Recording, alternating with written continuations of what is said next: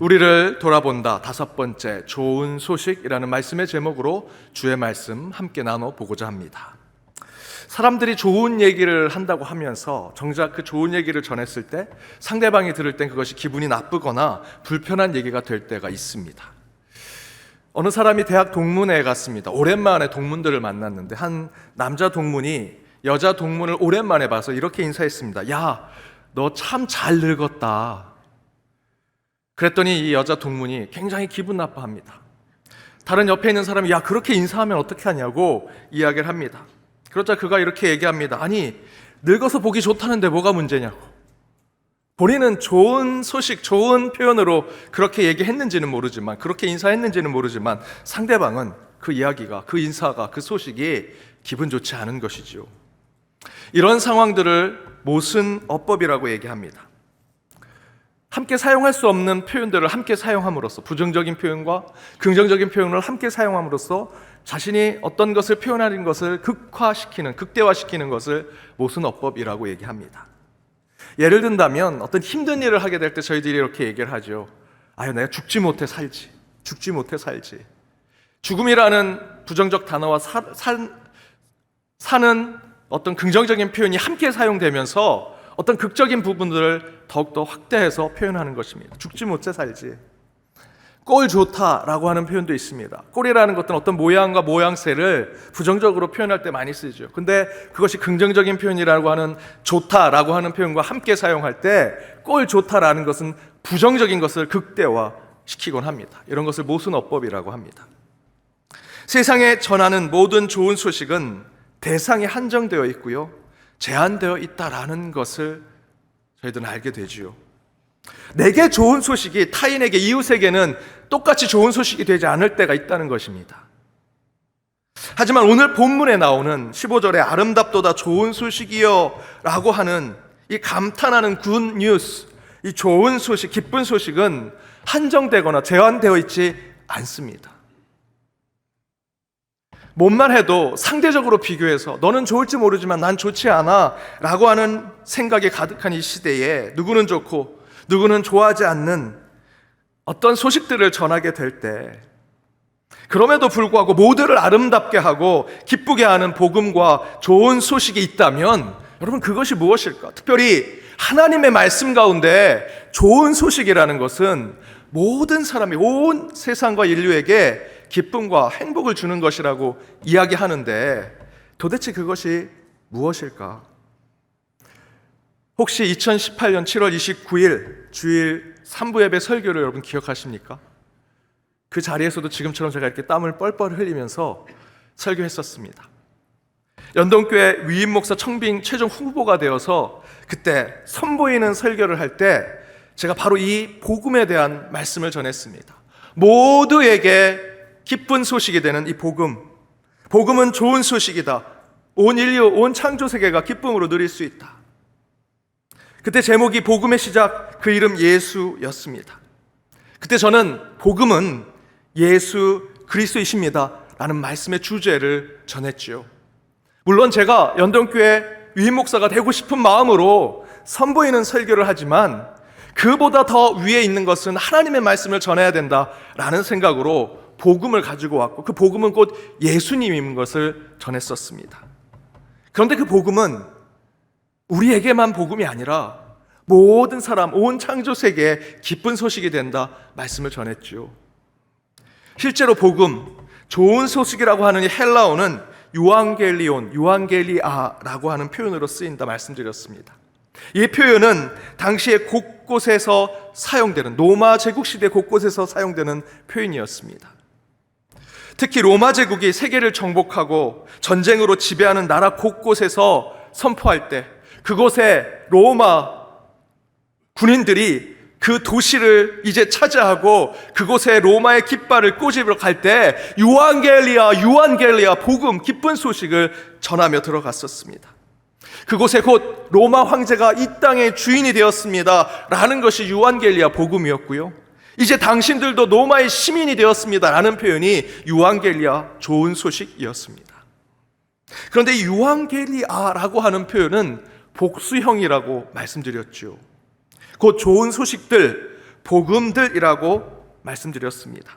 그런데요, 부활한 예수를 구원자로 믿던 초대교회 교인들은 로마 황제, 로마 제국에서 사용하던 복음, 좋은 소식이라고 하는 유앙겔리아라고 하는 이 표현을 예수 그리스도에게만 사용했습니다. 단 복수 형태의 유앙겔리아를 단수 형태인 유앙겔리온이라고 하는 표현으로 예수에게만 복음이라고 사용했다라는 것이죠. 왜 그랬을까요? 그리고 이것이 왜 중요했을까? 왜 유앙겔리아라고 하는 복수 형태를 굳이 단수로 바꿔서 쓰려고 했을까? 실제로 복음들, 좋은 소식들이라고 하는 이 복수적인 표현을 사용했던 역사적 배경이 있습니다. 당시 로마 시대 황제들은 황제로 등극을 하면 너도 나도 자신이 길이요, 진리요, 생명이라고 얘기했습니다. 이런 말과 동시에 나온 표현이 뭐냐면 모든 길은 로마로 통한다. 많이 들어보셨죠? 모든 길은 로마로 통한다. 긍정적으로 보면 로마가 많은 나라들을 정복하면서 그곳의 길을 닦아 이제 모든 길이 로마로 오게 되고 그 로마로부터 너희들은 시민권도 받게 되고 혜택도 받게 되고 좋은 것들도 얻게 될 것이다. 모든 길은 로마로 통한다는 것은 좋은 소식이다 라고 전하며 다녔습니다. 좋게 생각하면 그렇게 해석할 수 있죠. 그러나 실제 모든 길은 로마로 통한다라는 뜻은 로마의 모든 지배자들은 모두 자기가 구원자요, 왕이요, 내가 하나님이요, 내가 진리다라고 주장하는 표현 중에 하나입니다. 무슨 말이냐? 여러분, 종교 다원주의자들이 이런 표현을 자주 사용하죠. 뭐로 가든 서울로만 가면 된다. 등산으로 이렇게 비유해서 얘기합니다. 정상을 하나니 A, B, C, D 어떤 등산로로든 올라가기만 하면 된다. 예수든 알라든 부처든 어떤 종교든 상관없이 어차피 신은 하나니 어떤 종교로 상관없이 저 끝에 저 정상에만 올라가면 된다라고 하는 것이 종교 다원주의자들이 얘기하는 것이죠. 바로 그와 똑같은 것이 모든 길이 로마로 통한다라는 것입니다. 이처럼 로마 제국 시대에 모든 길은 로마로 통한다는 말은 로마 제국 아래 모든 백성들은 로마 황제, 로마의 관료들, 각 지방의 총독들, 그리고 그 로마와 결탁되어 있는 유대인의 지도자들인 천부장, 백부장, 십부장들의 지배를 받으며 그 백성들에게 내가 길이요 진리요 생명이니 너희들이 가지고 있는 것을 내가 세금으로 다 끌어오겠다라는 것이 바로 모든 길은 로마로 통한다라는 뜻입니다. 그런데 그들 모두가 바로 이 황제, 총독, 모든 관료들 그들 모두가 스스로 내가 복음이다, 내가 좋은 소식이다 라고 말하더라는 것이죠. 그래서 어느 누가 좋은 소식, 복음 단정 지을 수 없으니 복음들, 좋은 소식들, 유앙겔리아라고 그들은 표현했습니다. 그런데 바로 그런 처참한 시대 속에서 그들이 아니라, 로마 황제가 아니라, 로마의 총독이 아니라, 십부장, 백부장, 만부장이 아니라 오직 예수 그리스도, 내가 길이요 진리요 생명이라고 말씀하시면서 물을 포도주로 바꾸시고 오병이어로 5,000명을 먹이시며 병자와 죄인의 친구가 되시고요, 하나님의 아들로 이 땅에 오신 예수 그리스도가 수많은 사람들의 소망이 되시더라는 것이죠. 그들은 모든 길을 통해서 로마로 다 우리의 것을 뺏어가는데 그분은 우리를 찾아오셔서 우리에게 희망과 소망을 주시는구나, 그분이 진짜 복음이구나 라는 것들을 사람들이 깨닫게 되어갑니다.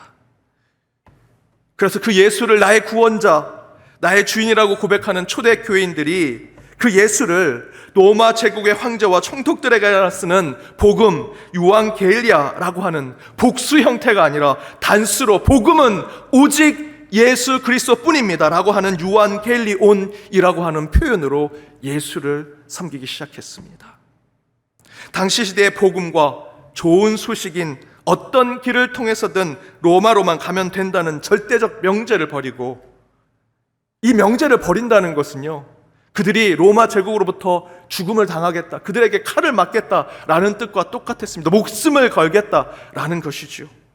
그러나 그들은, 그 초대교회 교인들은 목숨을 걸고 유앙겔리아, 복수의 좋은 소식들, 복음들이 아니라 오직 예수만이 유앙겔리온, 우리의 좋은 소식이요 우리의 복음입니다 라는 것들을 선언하고 선포하며 목숨을 걸고 생명을 다해 자신들의 믿음과 신앙을 지켰었습니다. 바로 그것이 교회의 출발이 되었죠. 이 땅의 칼과 창과 권세와 힘으로 자기가 스스로 하나님이다, 내가 신이라고 했던 이들을 두고 표현했던 좋은 소식들, 복음들, 유앙겔리아라고 말하는 것은 참된 복음이 아니라는 것입니다. 진정한 복음, 참된 좋은 소식은 오직 예수 그리스도만이 우리의 주인, 우리의 왕이요 우리의 구원자이심을 깨닫고 선포하는 것이다 라는 것입니다. 그것이 교회의 시작이고 우리 믿음의 출발이지요. 다른 것이 복음이 아니라, 복음들이 아니라 오직 예수만이 우리의 복음, 유일한 우리의 좋은 소식이다. 그래서 바울도 오늘 본문에서 이렇게 선언합니다. 오늘 본문 12절과 13절 함께 읽겠습니다. 유대인이나 헬라인이나 차별이 없음이라 한 분이신 주께서 모든 사람의 주가 되사 그를 부르는 모든 사람에게 부요하시도다. 누구든지 주의 이름을 부르는 자는 구원을 받으리라. 한 분 주님께서 모든 사람의 주인과 구원자가 되신다. 지금 제가 설명한 얘기를 단 한 절로 설명하고 있죠.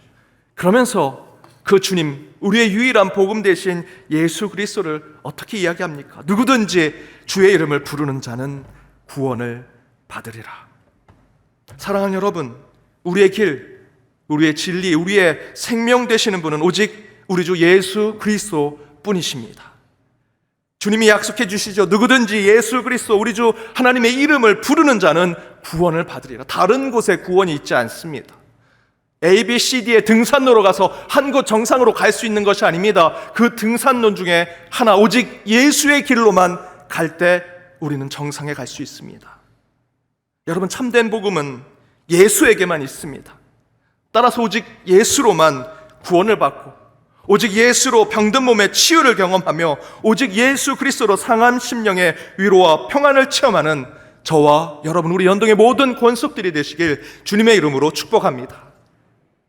그렇다면 이미 구원받았다고 생각하던 이스라엘 백성들에게 다시 전해진 구원의 이 좋은 소식, 이 복음을 그들은 어떻게 인식하고 있을까? 이 질문이 중요한 것은 이번 설교 시리즈에서 계속 말씀드리지만 현대 교회 안에 있는 현대 그리스도인들, 저와 여러분을 이야기하죠. 우리 현대 그리스도인들이 신유대주의, 신율법주의, 신선민주의에 빠져 있는 것이 사실이기 때문입니다. 내가 어떤 공로로 복음 말고 A, B, C, D 중에 B, C, D로 혹시 저 정상에 갈 수 있지 않을까라고 하는 생각들. 그래서 이스라엘 백성들의 구원을 다시 살펴보는 로마서 9장에서 11장의 말씀은 지금 우리에게 매우 중요한 메시지를 주고 있습니다. 따라서 이미 구원받은 자라고 생각하는 우리에게 여전히 이 복음, 좋은 소식이 중요하다면 이 복음, 이 좋은 소식은 우리에게 어떤 의미일까? 우리는 이미 구원받은 자인 크리스찬이라고 생각하는데 여전히 복음이 우리에게 효력이 발생되어야 한다면 그 복음을 어떻게 우리는 깨달아야 할까? 그 첫 번째는 이미 믿는 자들에게 복음은 공로주의적 신앙에서 벗어나 참된 은혜 중심의 신앙을 회복하게 하는 것이다 라는 겁니다. 다르게 표현하면 오늘 본문의 말씀을 조명해서 이 표현을 제가 다시 말한다면 여러분, 복음은요, 우리가 올라가서 쟁취하는 것이 아니라 복음이 내려와서 우리에게 임하는 것이 여러분 좋은 소식, 복음이라는 것입니다. 오늘 보면 6절과 7절에 이렇게 기록되어 있습니다. 표준 세번역으로 제가 읽어드리겠습니다. 그러나 믿음에 근거한 의를 두고는 이렇게 말합니다. 너는 마음속으로 누가 하늘에 올라갈 것이냐 하고 말하지 말아라. 그것은 그리스도를 끌어내리는 것이다. 또 누가 지옥에 내려갈 것이냐 하고 말하지도 말아라. 그것은 그리스도를 죽은 사람들 가운데서 끌어올리는 것이다. 믿음에 근거한 의는 곧 은혜를 얘기합니다. 은혜의 중심, 은혜의 관점으로 얘기를 할 때 누군가가 이렇게 얘기한다는 것이죠. 우리가 하늘에 올라가서 그리스도를 끌어내리자, 지옥에 내려가서 그리스도를 끌어올리자, 메시아를 끌어올리자라고 얘기합니다. 이런 질문을 한 자가 누구냐라고 묻는 거죠. 5절에 이렇게 얘기합니다. 모세는 율법에 근거한 의를 두고 기록하기를 율법을 행한 사람은 그것으로 살 것이다 라고 얘기하죠. 율법주의, 공로주의 신앙에 빠진 자들이 율법과 공로로 살아가는데, 그들은 6절과 7절에서 내가 가진 선행과 공로와 내가 이렇게 신앙심을 가지고 열심히 살아가는데 이 착한 행실과 도덕과 윤리로 저 하늘에 있는 하나님 끌어내려서 우리를 구원하게 만들다, 지옥에 계신 그 하나님을 다시 끌어올려서 우리의 구원을, 우리가 행했던 착한 행실과 공로를 보상받자라고 얘기하는 것입니다. 하나님이 진짜 지옥에 있고 저 어디 하늘에 있다는 표현이 아니고요, 바울이 지금 율법주의에, 공로주의에 빠져 있는 그 유대인 크리스찬들을 지금 이렇게 이 비유를 통해서 설명하고 있는 것입니다. 구원을 위해서라면, 메시아가 하늘에 있다면, 저 땅 음부에 있다면 끌어내리고 끌어올려서 우리가 가진 공로와 선행과 우리가 착한 행실을 한 것에 보상을 받아 구원을 받자라고 하는 얘기죠. 이것은 바울 시대 당시의 유대인들과 유대교에서 회심한 그리스도인들을 생각하고 바울이 이야기한 것입니다. 그들은 여전히 공로로, 율법으로, 수고와 노력으로 자기의 의와 자기의 노력, 자기의 직분, 자신의 소유, 능력, 세상의 지위로 구원을 얻고자 했었습니다. 그래서 내가 천국에 올라가고 내가 지옥에 내려가서 메시아를 데려온다 라고 그들은 생각했던 것이죠. 내가 수고하면 된다, 내가 노력하면 된다 라고 생각했었습니다. 어쩌면 우리는 이와 같은 신유대주의, 신율법주의, 신선민주의에 빠져있는 그리스도인일지도 모릅니다. 그래서 사실은 이 말씀이 저희에게도 굉장히 크게 시사하는 바가 있습니다. 내가 뭘 해서, 내 직분으로, 내 소유로, 내 겉모습으로, 내 열의로 뭔가 해보려고 한다라고 하는 마음들.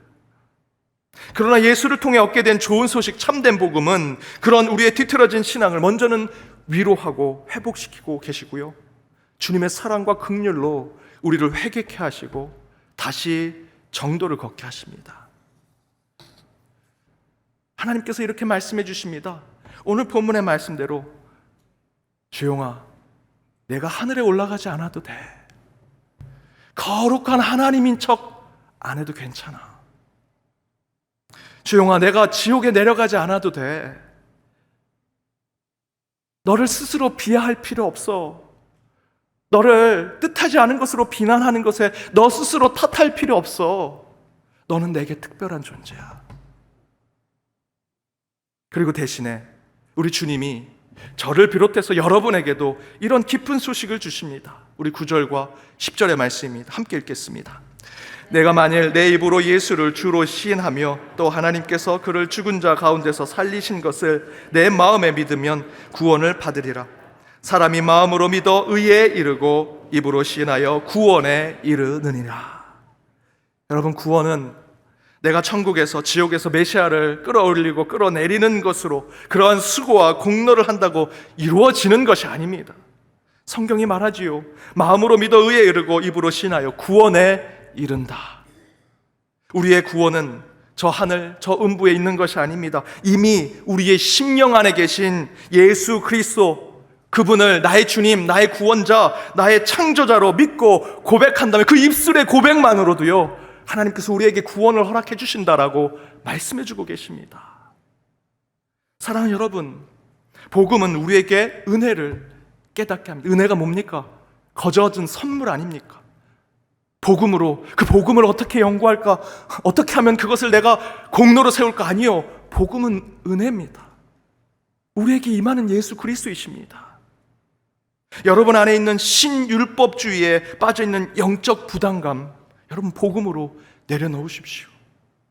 그래서 내가 장로인데, 내가 권사인데, 내가 집사인데, 내가 교사고 이 교회 몇 년을 다녔고 신앙생활의 연수가 얼마인데, 이 시대의 공로와 율법 여러분 내려놓으시고 오직 예수를 여러분의 입술과 마음으로 고백하고 믿음으로 시인하는 복음의 삶을 사시기 바랍니다. 바로 그때 그 좋은 소식, 그 복음이 여러분의 삶을 더욱더 풍성히 채우는 하나님의 능력이 임하길 주님의 이름으로 축복합니다. 두 번째, 이미 믿는 자들에게 주어지는 복음은 도대체 무엇일까? 그 복음은 철학과 이론이 아니라 삶과 실천의 신앙이 되어야 한다는 것입니다. 15절에 이렇게 얘기합니다.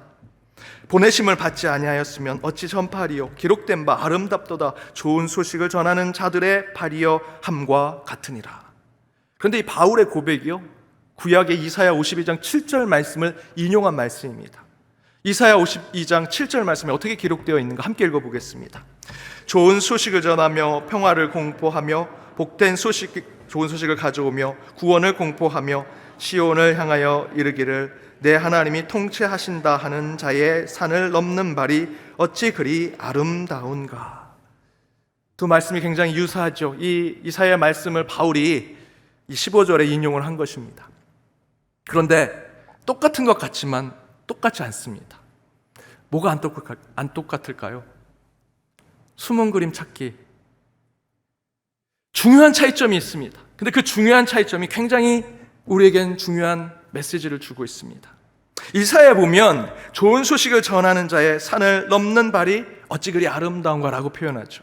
그런데 바울은 이 표현을 이렇게 바꿨습니다. 아름답도다 좋은 소식을 전하는 자들. 복수 형태로. 전에는 좋은 소식, 복음을 전하는 자 한 사람을 얘기했지만 이제 그 좋은 소식을 전하는 자들이 바울에게는 있다라는 것입니다. 여러분, 이것이 왜 중요할까요?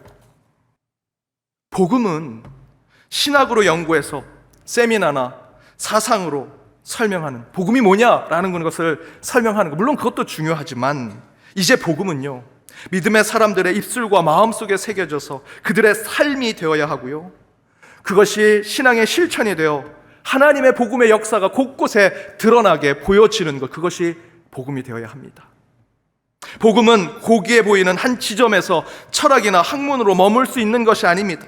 여러분, 복음은요, 좋은 소식을 전하는 자의 발걸음, 곧 많은 복음의 사람들이 곳곳에 땅끝까지 다니며 하나님의 통치하심을 곳곳에 전하는 말씀이자 평화의 선언이고 복된 소식을 전하는 아름다운 소식이 되어야 한다라는 것입니다. 복음은 가만히 있는 것이 아닙니다. 가만히 있어서 우리가 연구해서 그것을 탐구하는 것이 복음이 아니고요, 복음을 가슴에 새기고 그 삶대로 살아가고 복음을 곳곳에 전하는, 복음은 동적이고 역동적인 것이 되어야 한다는 것이죠. 복음은 살아 움직이는 것이 되어야 합니다. 그래서 이제 그 복음이 이사야서에서는 한 사람으로 얘기되었지만 이제 그 복음을 들은 저와 여러분은 바울이 설명한 대로 그 복음을 전하는 자들이라고 하는 우리의 삶에서 드러나야 한다는 것이죠. 사랑하는 여러분, 복음은 철학이나 이론, 사상이나 신학으로 설명될 수 있는 것이 아닙니다. 복음은 주의 그 좋은 소식을 들고 산을 넘고 물을 건너 주의 말씀을 땅끝까지 전하는 자들의 아름다운 것이 되는 것이고요, 그리고 그것을 통해서 저와 여러분의 치유와 회복, 믿음과 구원의 역사를 경험하게 하는 것이 복음입니다. 복음은 어느 지점에서 끝나지 않았습니다. 그것을 전하는 자들의 모습 속에서 아직도 살아 움직이고 역동성 있게 우리의 삶에 역사하고 있는 것이 복음입니다. 그 좋은 소식이 여러분에게 이번 한 주 여러분의 삶의 역전과 신앙의 반전을 주는 주님의 복음이 되기를 주님의 이름으로 축복합니다.